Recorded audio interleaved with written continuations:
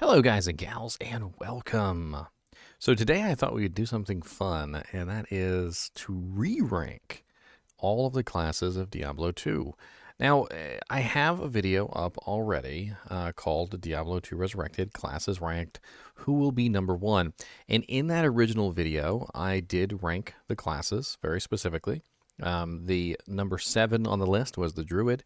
The number 6 on the list was a Barbarian. Number 5 ended up being the Assassin. Number 4 ended up being the Amazon. Number 3, the Sorceress. Number 2, the Necromancer. And number 1, the King of the classes, the Paladin.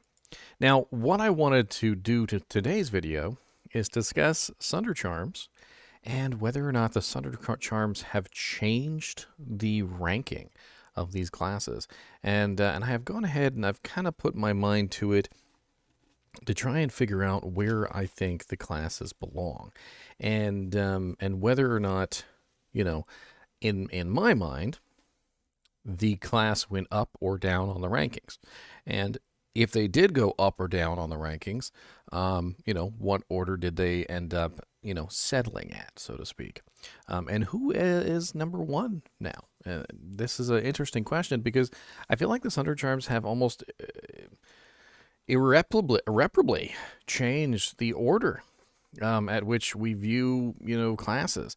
No longer do you look at, for instance, a cold sorceress the same way that you did in the past, because cold sorceresses are a force to be reckoned with now.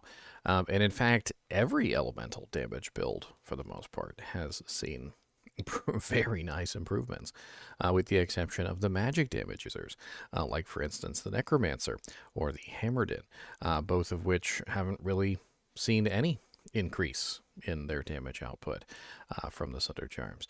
And that is the very interesting thing that we will be talking about today as I go over and rank the classes.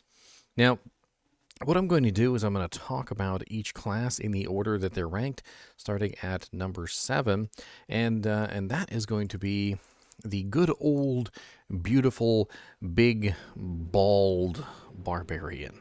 That's right, the Barbarian. The Barbarian is an interesting creature because the Barbarian really didn't get a lot of help from the Sunder Charms, and that is why, unfortunately, I have ranked the Barbarian at number 7. Now, the Barbarian wasn't last on the list before. The one that was last on the list before was actually the Druid. And the reason why the Druid was last on the list was because much of the Druid's trees and things were just kind of unusable. Granted, you could make them, but they were far from amazing. But the problem with the Barbarian is that, they were already rated in the original list at number 6, and I felt like the Druid definitely did deserve a bump up. It's not necessarily that the Barbarian got worse, but that everyone else got better.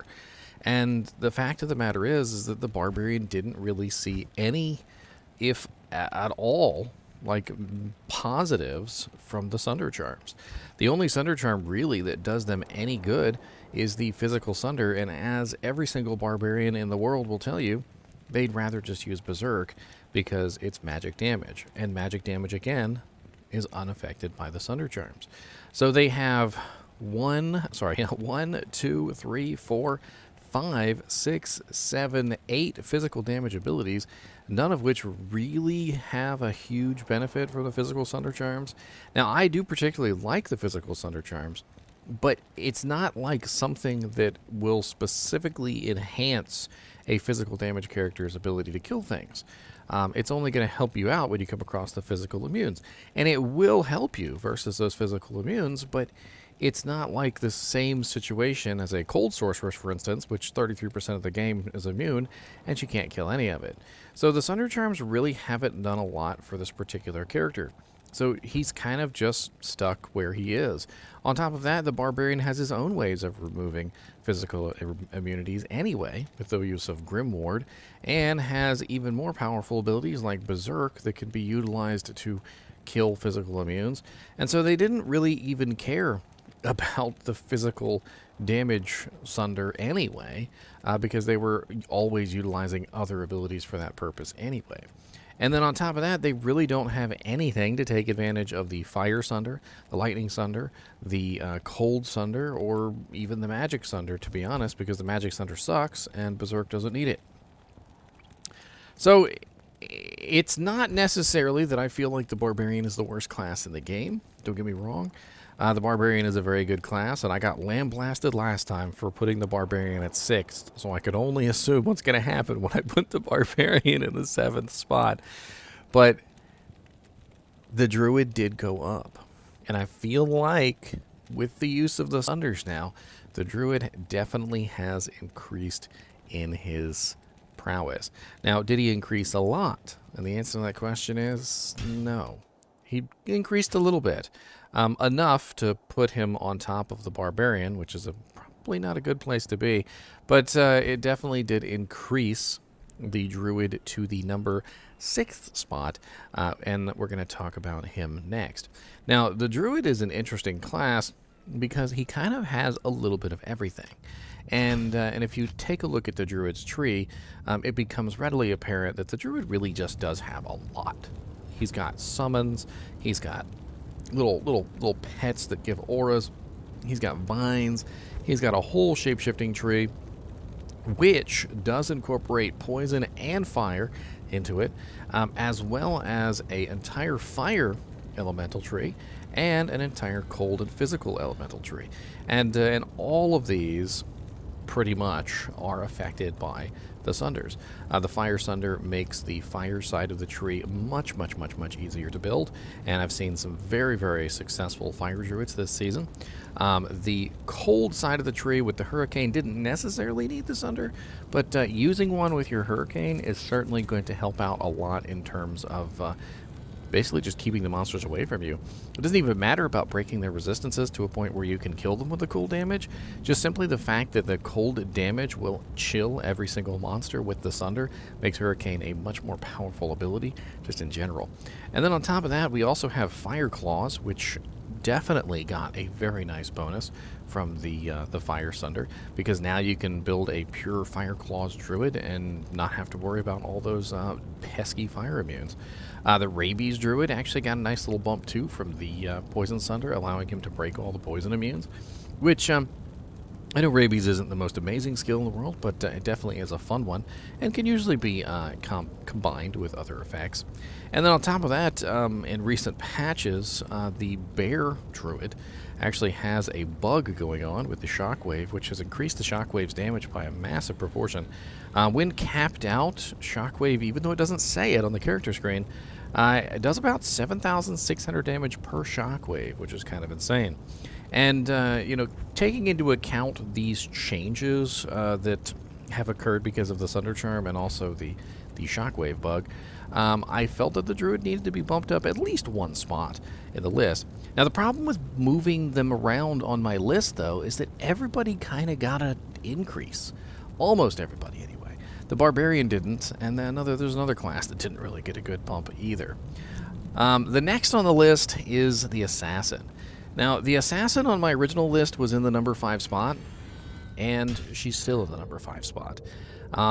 She got some improvements, and she also got some problems. And we're going to talk about her real quick, and I'm going to go over why I think the Assassin kind of deserved not to move. And it's not necessarily that I feel like she didn't really get any nice enhancements, but it's also that she didn't get a lot of nice enhancements in the right places, I guess would be the way to put it. So coming in at number 5 on the list is the Assassin. And the reason why I ranked the Assassin at number 5 again is because, number 1, the Sunder Charms really didn't do a whole lot for the traps. Because negative resistance doesn't really apply to the traps, although the traps do gain the effect of the Sunder Charm, it doesn't really help out very much because all it does is break the immunity for you, and then you still have to apply negative resistance to get any real good effect because the monsters will still be at 95% resistance. So unfortunately, the lightning side of the trap tree as well as the fire side of the trap tree really didn't get a whole lot of love when it came to the Sunders. The Shadow Disciplines tree really doesn't have a lot going for it with Sunders. The only thing in here really that's elemental is Venom. And Venom is not really something you would put a Poison Sunder on for unless you were just building like a pure Venom assassin, which, I mean, I know that's a thing, but it's less common than you might think. And the reason why she actually did get a little bit of a bump, which prevented her from dropping below the Druid, because there was a very tight window there. I was actually thinking about dropping the Assassin below the Druid because of how many very nice changes the Druid had. However, the Assassin also did get some pretty nice buffs in terms of Fists of Fire, Claws of Thunder, and Blades of Ice.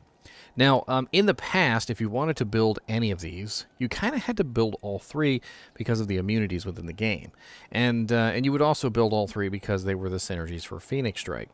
However, now you can build just one, which is a rather interesting distinction in the way that these abilities work. So you could potentially put 20 points into Fist of Fire and 20 points into Phoenix Strike, building only the fire aspect of Phoenix Strike, or building only the Claws of Thunder, or building only the Blades of Ice.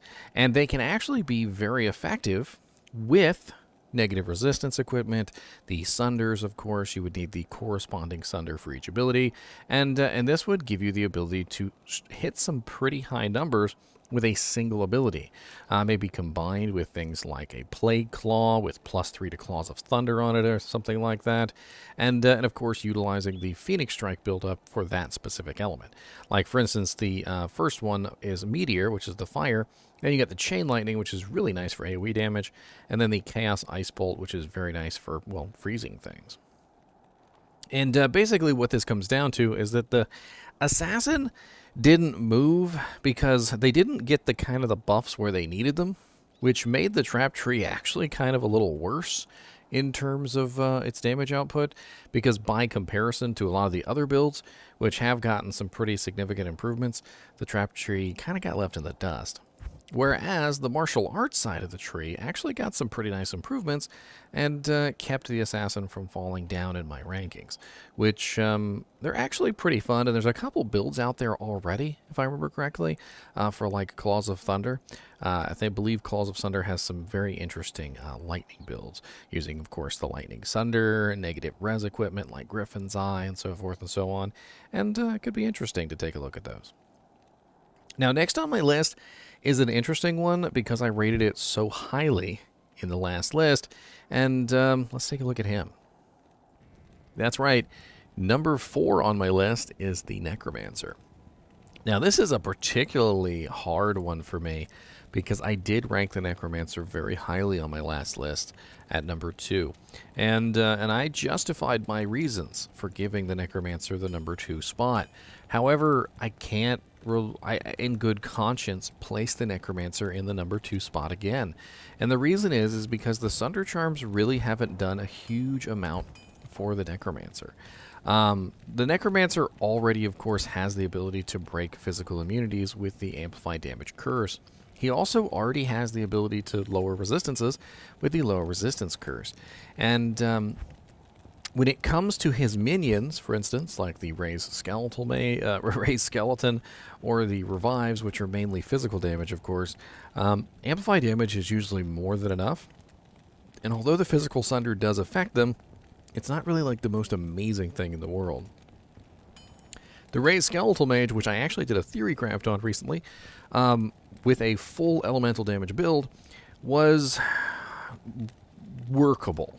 Let me say that it was definitely inferior to the Raised Skeleton build in just about every way, but it was fast enough, even in Players 8, to reliably clear content, and it did indeed work. Now, would I build that over a physical side?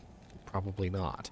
And in the process, I did have to use multiple Sunders to make it happen, which meant my resistances were pretty crappy.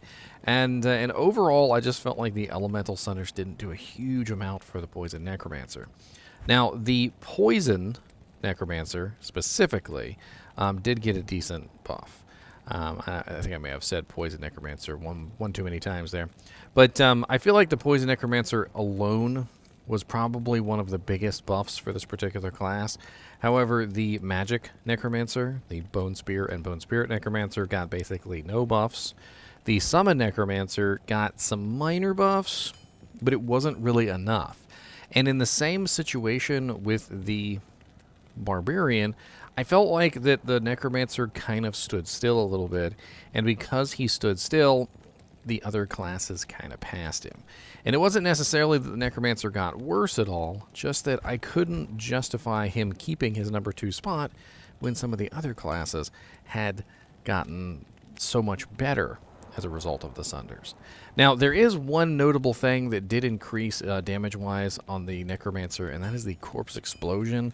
Because Corpse Explosion is 50% physical and 50% elemental, having a fire and a physical Sunder Charm on you at all times as a Corpse Explosion Necromancer is actually pretty powerful, but it doesn't justify him keeping the number 2 spot. It is a nice little bump in damage, but Corpse Explosion is already so good anyway, even without the Sunders. The Sunders add a little bit more damage and definitely make things die a little bit faster, but overall the difference isn't really like all that noticeable. I mean, if you're killing like hundreds of cows, you probably time it. It's, you know, at most maybe a couple extra seconds on like a cow run. Next on the list is an interesting one because she was number 4 on the list last time, and that is the Amazon. Now, the Amazon is a rather interesting one to me because I do feel like she has gotten stronger, much stronger than she was previously. Before Sunders, there were a lot of different builds that utilized elemental damage, the Lightning Fury being one of the most common. Charge Strike, even a physical melee Charge Strike and Lightning Strike is on, as well as the Exploding Arrow, Immolation Arrow, and the Freezing Arrow side, which if you guys have followed me on my journey to level 99 this season, you'll know that I played a Freezing Arrow Zon this season. And this is part of the reason why I feel like I am bumping them up to number 3 on the list.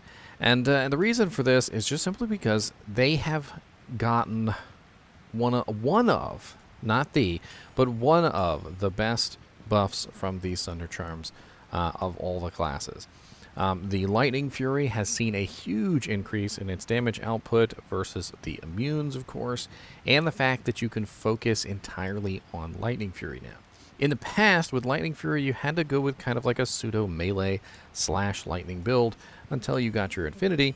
And then once you had your Infinity, you could usually kill just about everything, but there were still monsters that you couldn't break, and so you did need a little bit of physical damage to kill those, or you would rely on your Mercenary. But now, with the advent of the Lightning Sunders, not only can you break every single immunity in the game, but you can also do it without an Infinity, and the use of items like Griffin's Eye Diadem, T-Stroke, which has the negative lightning res, and a couple lightning facets, which means you can do it a hell of a lot cheaper now. You couldn't have passed with Infinity. And yes, you can still use Infinity, and you can make it even stronger, which means that the Lightning Fury Javazon has actually gone up in damage over her previous self, because now she can dish out even more damage to those lightning immune monsters, and she can break those lightning immune monsters that she could not break before. The Freezing Arrowzon is also one of these, as well as the Exploding Arrow Amazon, are characters that really couldn't be built before. You always had to hybridize. You always had to give up something to get something. And it meant that the character was not as strong as she possibly could be. Now, with my Freezing Arrows on, she was insanely powerful. I was able to clear P8 content with relative ease. Her density clearing was absolutely amazing. And her main issue was just simply her boss killing power, which is often the case with density clearers. They usually have an issue with killing bosses. However, it was so much fun to be able to play a Freezing Arrowzon specifically, as well as an Exploding Arrowzon specifically, without having to hybridize. And I just had a blast with this particular character this season. I definitely feel like Sunders have increased the Amazon's ranking, as I said, to number 3. Moving on to number 2, and that is the Paladin. That's right, ladies and gentlemen, the Paladin got dethroned from its number 1 spot. Now, I am a big proponent of the Paladin. I absolutely love playing Paladin characters, and not just Hammerdins. In fact, you will rarely, if ever, see me play a Hammerdin character. However, the Hammerdin didn't get any buffs with the Sunders. The Fist of the Heavens Paladin really didn't get any buffs with the Sunders either, because most Fist of the Heaven Paladins now will not even focus on the lightning damage aspect of it and focus instead on the Holy Bolt damage. And since Holy Bolt damage is, of course, magic and is really not affected by the Sunders much at all, it's, again, another situation where they really didn't get a buff. Much of the Paladin is a physical damage character also, in terms of things like Smite, Zeal, Sacrifice, and a lot of these abilities just didn't really see any kind of increase in damage or usefulness when it came to the Sunders. Yes, the physical immunes can be broken, but it's an interesting dilemma with the physical immunes. It's not like the cold immunes, where 33% of the game is immune to cold, and you need that to be able to actually function. Usually when it comes to physical immunes, they're in specific places. You can put this under in your inventory, deal with them, and then whenever you're in a place that doesn't have physical immunes, at that point, then you're just like, okay, well, I don't need the physical Sunder in my inventory. Whereas with a cold character or a fire character, you kind of have to have it in your inventory the entire time, which makes it a hell of a lot more useful to a fire or a cold character than it does to a physical character. On top of this, the Paladin doesn't really have a whole lot of elemental builds. Now, granted, there are some pretty notable ones, like, for instance, the Holy Fire Paladin, the Holy Freeze Paladin, the Holy Shock Paladin, which are very interesting builds. And I have built a Holy Shock Paladin last season, and I built a Holy Freeze Paladin this season, which was very interesting. And, of course, I've even utilized Dreams to make these characters as well. But the thing is that usually when you're building a Holy Shock Dream Paladin, you're utilizing Conviction, which is extremely powerful all in its own right. And at negative 150% resistance, it's very, very, very easy to kill monsters when you're a Dream Paladin with max Conviction. But the Sunders themselves didn't really, do a huge service for this. Because the Paladin could already break most of the immunes anyway with Conviction, with the exception of the cold immunes, there wasn't really a huge boost here. They did get a small increase in damage versus the lightning immunes, and for those very few lightning immunes that they couldn't break, the lightning Sunder definitely did help them out with those few that they couldn't break.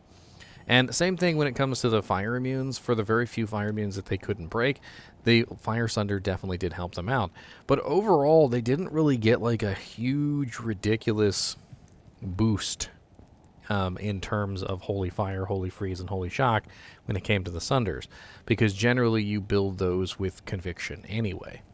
Except for Holy Freeze, which is the cold part.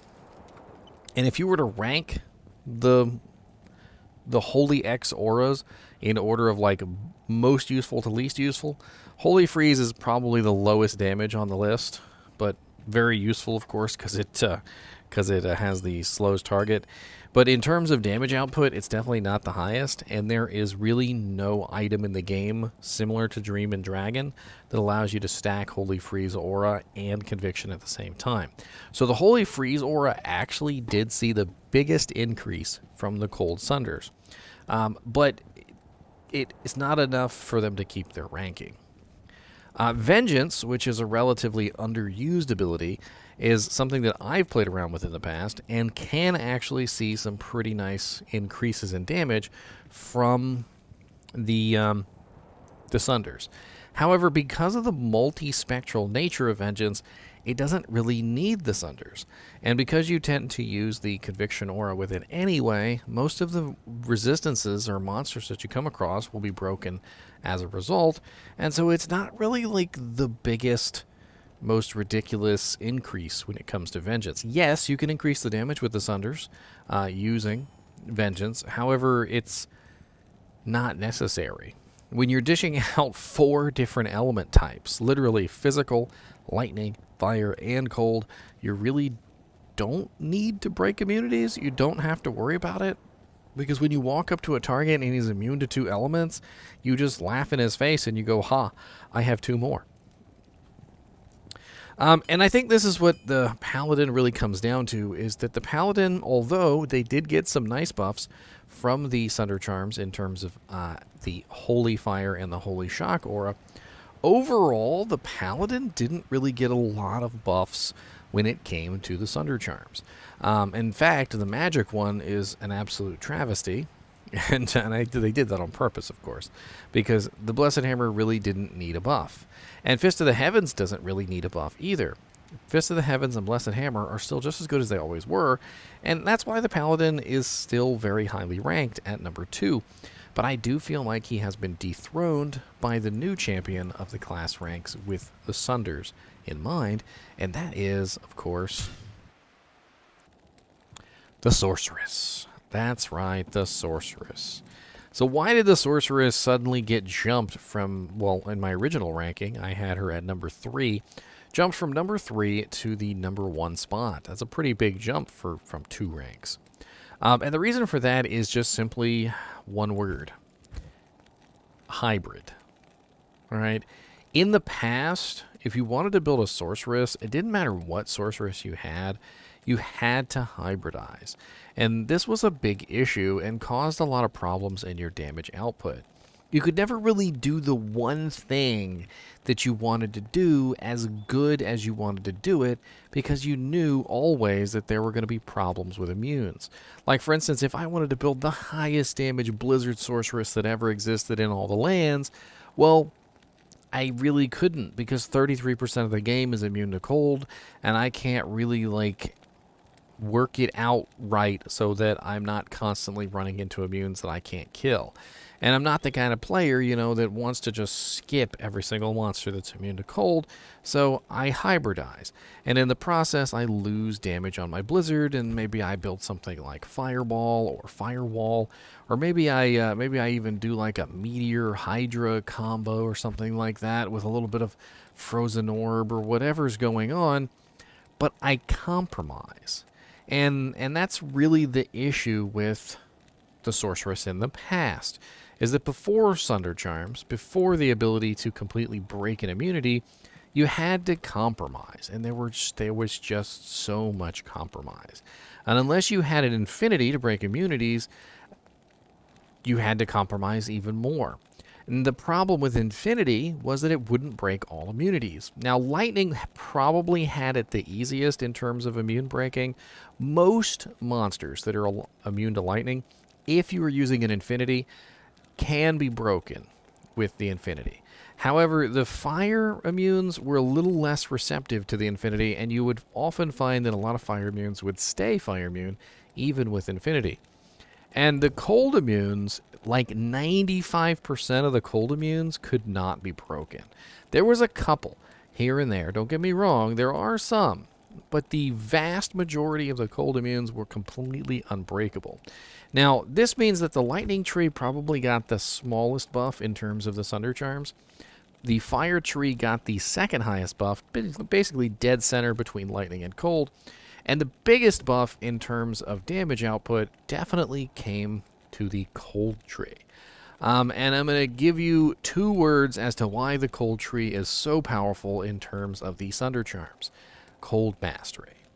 Cold Mastery is absolutely insane, and in combination with the Sunder Charms allows you to build any kind of cold build that you want relatively easily and early ladder. Pretty much all you need is the Cold Sunder and 20 points into Cold Mastery, and you can make any cold build work. You can build a full Frozen Orb, a full Blizzard, a full Frost Nova, which I've seen several of, a full Glacial Spike Ice Blast.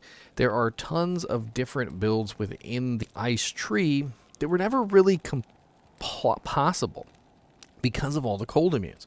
You would never see somebody go full cold, because if they went full cold, they would end up getting stopped hard by the monsters that were immune to cold. But now you don't really even have to worry about it, because by the time you get to Hell, you can usually end up around level 70, 75. You put that Cold Sunder in your inventory, which is eminently obtainable, by the way. It's so easy to get them that literally I've been leaving them on the ground because they're so common. And utilizing Cold Mastery, you can completely negate a monster's resistance down to negative 100% if you've got enough plus to skills. And this means that the monster has absolutely no resistance to your attack whatsoever. And because Sunders also work in Uber Tristram and areas where monsters were not supposed to be broken, The Cold Sorceress can now kill Ubers. It has been done. We have a Sorceress in our kinship named Bob who was able to clear the Ubers relatively early in ladder, mind you, using the Cold Sunder. And I'm assuming that now, once Sorceresses are a little bit better equipped and they have pretty much everything they need, they can probably do it with relative ease. The fire tree especially is one that I was excited for, and although it's not as easy to build as the Cold Mastery tree, because Cold Mastery of course does all the work for you, if you can obtain a sufficient amount of negative resistance in the fire category, there are definitely some very powerful builds like the Fireball, Hydra, and Meteor builds, as well even as Firewall, that can all kill extremely quickly, assuming that you have the correct equipment. And that's really what it comes down to, and really the reason why the Sorceress ended up in the #1 spot. Every class in the game, to utilize the Sunder Charms, has to have a decent amount of negative res equipment. Without that negative res equipment, it doesn't really work. However, the Sorceress is the one class in the game that has an ability that literally allows them to get the best benefit out of the Sunder Charms without needing equipment. And this makes the Cold Sorceress one of the most powerful characters in the game, early game. However, Lightning Sorceresses and Fire Sorceresses can definitely outpace the Cold Sorceress eventually once they obtain the correct equipment. For instance, with a Lightning Sorceress, you're talking about things like Griffin's Eye Diadem, with a Lightning Facet, maybe a Crescent Moon, things like that that have negative enemy lightning resistance on them that are definitely going to beef up that damage as high as possible. For the fire spell category, you need things like Flickering Flame. You need fire facets, maybe even a Hand of Justice if you're a bougie. There are tons of different things that can definitely beef up your fire damage by reducing the enemy's fire resistance. Now, you're never going to get it quite as low as the cold damage, unfortunately. And for the lightning and fire to really perform well, you're going to need an infinity as well to reduce the resistance even further. And that's kind of another just point in the Cold Sorceress's favor, which is they don't even need affinity. That's like crazy, isn't it? Like the Lightning Sorceress and the Fire Sorceress, even when well built, even with the right amount of negative resistances, still probably wants to get their hands on an infinity to increase their damage even further. But the Cold Sorceress doesn't care. The Cold Sorceress can use whatever mercenary she wants. And honestly, it's all thanks to those two magic words, Cold Mastery. Anyway, as always, I do appreciate you guys and gals watching my videos, even when it's me just ranting for 32 minutes on ranking the classes now that Sunder Charms have been established within the game. As always, I do appreciate you guys and gals watching my videos. And as always, if you like my videos, be sure to hit the like button so you can keep watching.